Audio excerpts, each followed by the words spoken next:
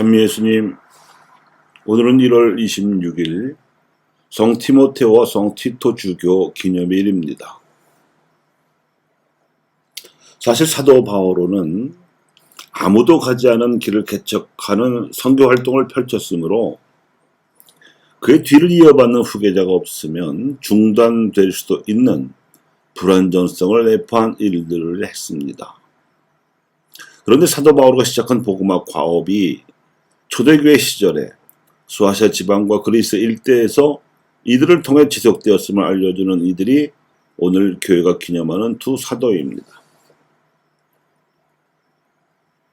오늘 복음에서 예수님께서는 72명의 제자들을 지명하시어 몸소 갖추려는 모든 고울과 고장으로 당신의 앞서 둘씩 보내신 이야기를 전해줍니다. 이 파견 기사는 네 복음서 중에 오직 루카만이 기록해 전해주는 이야기인데, 파견된 제자들이 명심해야 할 신앙적 원칙과 선교 수칙은 12제자의 파견 기사와 동일하지만 파견되는 제자들이 72명으로 늘어났다는 점이 눈에 띄는 차이점입니다. 예수님께서 갈릴레아 지방을 두루 다니시며 복음을 선포하실 때에 병자를 고쳐주시고 마귀 들린 이들을 도와주시는 과정에서 많은 기적들이 일어났고, 예단 소문이 퍼져서 이스라엘 전국에서는 물론 남쪽 이두메아와 북쪽 티로와 시돈 같은 이방인 나라의 사람들도 몰려왔었습니다.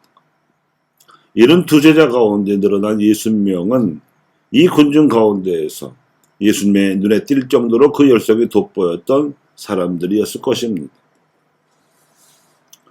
예수님께서 12제자를 이스라엘 여러 고을로 파견하실 때 이들의 집에서 묵으면서 복음을 선포하게 하셨습니다.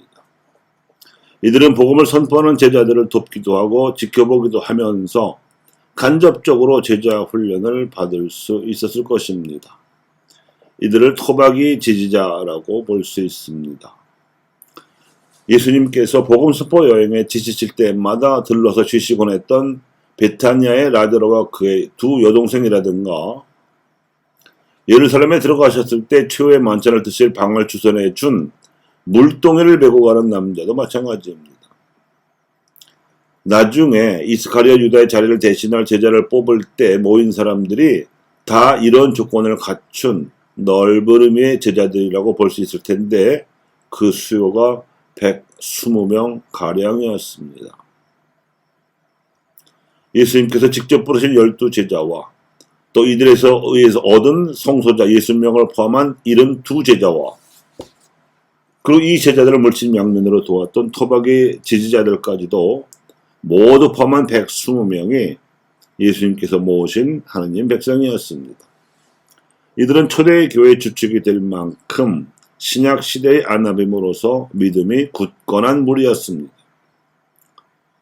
이러한 예수님의 복음화 노선을 바오로가 충실히 따라서 초대교회의 초석을 다졌음을 여실히 보여주는 사례가 오늘 교회가 기념하는 티모테와 티토입니다.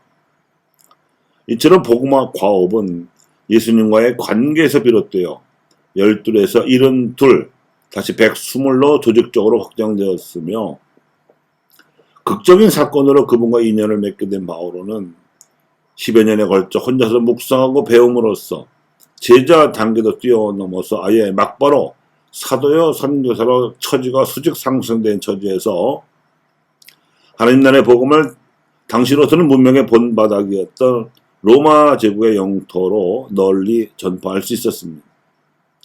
티모테와 티토는 이렇듯 복음화의 단위가 확대되고 넓어진 상황에서 이제는 세대까지도 넘어서서 복음이 전해질 수 있게 되었음을 알려주는 증인입니다.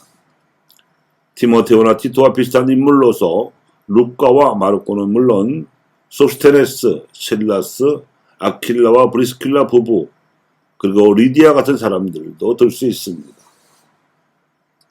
이 선교 협력 일꾼들 중에서 사도 바오로는 티모테오는 에페소에, 티토는 크레타에 파견했습니다. 에페소는 그 당시 로마보다 더 로마적인 문명을 자랑할 만큼 로마 제국 영토 안에서 가장 번영하던 도시였고, 크레타는 이집트 문명이 코린토와 아테네에 전파되기까지 중개 기지가 되었을 만큼 문명에 발달했던 섬이었습니다. 문명에 발달한 곳마다 교구를 설정하는 가톨릭 교회의 관습이 여기서 비롯되었습니다. 특히 에페소는 나중에 사도 요한을 이어받아 소아시아에서 중심적인 교회 공동체로 발전했습니다. 이런 외적인 복음화의 상황을 관통하는 내적 원리에 대해서 독서와 복음화에도 오늘 미사에서 들려온 말씀들이 우리에게 알려줍니다.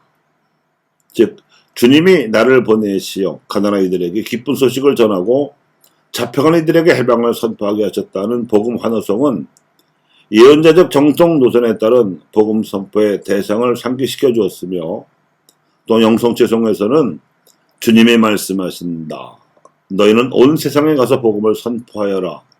내가 언제나 너희와 함께 있으리라 하고 복음 선포의 비결을 알려주었습니다.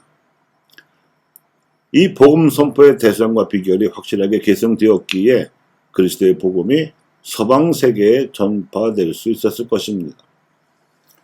교우 여러분, 디모데와 티토의 기념일을 지내면서 우리가 받아야 할 복음화 소명을 위해 기도합니다. 우리에게는 민족 복음화의 과업과 함께 만주를 비롯한 아시아 대륙 복음화의 소명이 불가피하게 주어져 있음을 상기합시다.